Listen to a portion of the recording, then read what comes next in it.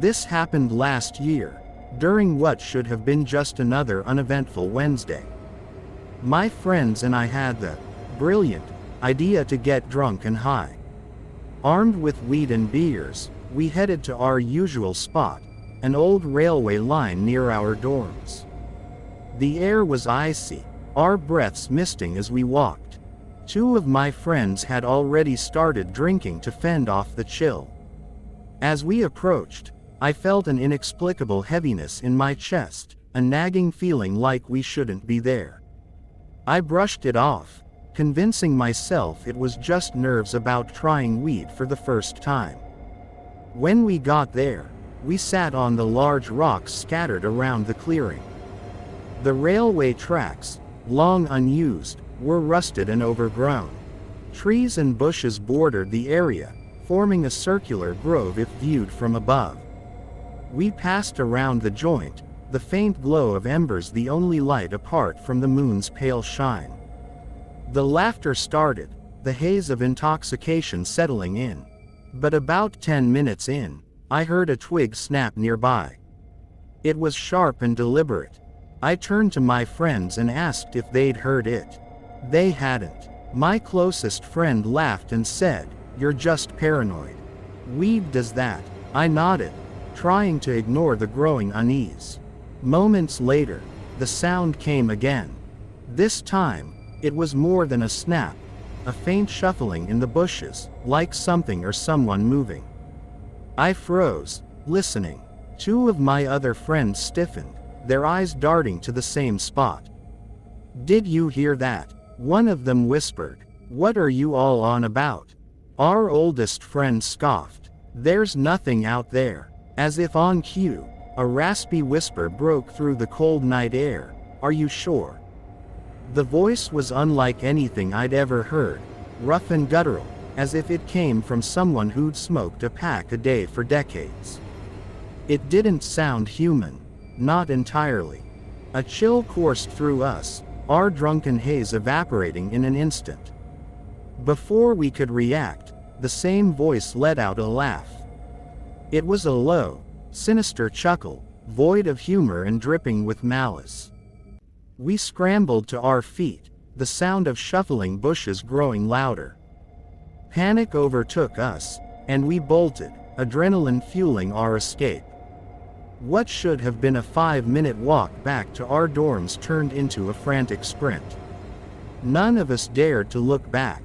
Later that night, after the initial shock wore off, I convinced myself it had to be a prank or my imagination running wild. But around 2 a.m., I had to return to my off-campus apartment. The bus service was down, so I had no choice but to walk. A 25-minute trek through quiet streets and the same eerie silence that had haunted the railway. The moment I stepped outside, that nagging dread returned. I kept telling myself it was paranoia. Still, every few minutes, I glanced over my shoulder. The streetlights cast long shadows, but there was no one behind me. When I was 5 minutes from my place, the shuffling returned, this time much closer. I stopped dead in my tracks, staring at the bushes lining the path. My breath hitched as I strained to see through the darkness. And then I heard it again. That same laugh, low and menacing. My instincts kicked in, and I ran as fast as I could. My legs burned, my chest heaved, but I didn't stop until I reached the main office of my apartment complex. A police officer stationed nearby noticed my panic and asked what had happened. Reluctantly, I told him. To my surprise, he didn't laugh or dismiss me. Instead, he nodded grimly. "You're not the first. 3 other people have mentioned hearing something similar. We've never figured out what it is." He advised me to take the bus and avoid walking alone at night. When I finally got to my apartment, I locked every door and window, showered, and tried to sleep. But sleep didn't come easily. I kept waking up, startled by the smallest sounds. At 4:36 a.m., I jolted awake. The room was eerily silent. And then I heard it. The same laugh, muffled but unmistakable. I sat up, scanning the room. My heart nearly stopped when I saw a shadow near the foot of my bed. It was hunched on all fours, its form impossible to describe, neither fully human nor animal. It didn't move, but I felt its eyes on me. And then it spoke. In that same gravelly voice, it said my name. "I know you're in there. I know you're awake." It let out another laugh, low and guttural, before fading into the darkness. I didn't sleep for the rest of the night.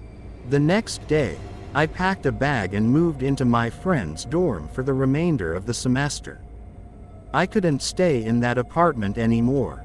Thankfully, I transferred to another school before finals week. I haven't told this story to many people because most don't believe me. But I know what I heard and saw that night. It wasn't a prank, and it wasn't my imagination. Some things defy explanation, and they're better left undisturbed. Despite leaving the apartment and moving into my friend's dorm, I couldn't shake the feeling that something was still watching me. Nightmares plagued my sleep, dreams where I'd find myself back at the railway tracks, surrounded by laughter that echoed endlessly. Every night, the same voice whispered my name, dragging me awake in a cold sweat. I started researching. Late at night, while my friends were asleep, I scoured the internet for stories, legends, or anything that could explain what I'd experienced. Most accounts I found were vague. A few local urban legends about haunted railway lines or strange sightings in the woods near campus. But one thread caught my attention, an old forum post from nearly a decade ago. The post was written by someone claiming to have experienced something near the same railway tracks. They described hearing whispers and laughter, almost identical to what my friends and I heard that night. But what chilled me was their description of the figure. Shadowy, crawling on all fours, with a voice that seemed to echo inside their mind. The forum user ended their post with a cryptic warning. Once it sees you, it doesn't forget. You can leave, but it'll follow. I tried to convince myself it was just a coincidence, but the warning gnawed at me. Even after transferring schools, I couldn't escape the sensation of being watched. Little things began happening. Items in my new apartment moved to odd places, faint whispers echoed in the dead of night, and sometimes, I'd wake to find my bedroom door slightly ajar despite locking it before bed. I thought I was losing my mind. But then I started noticing other strange occurrences. My new roommate, Eric, mentioned hearing odd noises at night. Laughter, faint and raspy, as if coming from far away. "Do you think the building's haunted or something?" he joked one morning. I didn't laugh. One evening, while walking back from the library, I felt it again, the shuffling in the bushes. This time, I didn't stop. I didn't turn around. I bolted straight to my apartment, heart pounding. When I reached my door, I froze. Scratched into the wood, faint but unmistakable, was my name. The next few days were unbearable. I didn't sleep, I barely ate, and I jumped at every sound. Eric noticed but didn't press, probably assuming I was stressed from school. But one night, he couldn't ignore it anymore. We were both in the living room, watching TV, when the power cut out. The apartment plunged into darkness. A few moments later, we heard it. That same laugh, echoing through the silence. "What the hell was that?" Eric whispered, his voice shaking. Before I could respond, we both saw it, a shadow darting past the window, too fast to be human. The sound of scratching followed, nails dragging against the glass. Eric grabbed a flashlight and shone it outside, but there was nothing there. "Dude, what's going on?" he demanded. I didn't know how to explain, so I told him everything. The railway, the whispers, the figure. At first, he looked at me like I was crazy. But then, we both heard it again. The voice. I see you.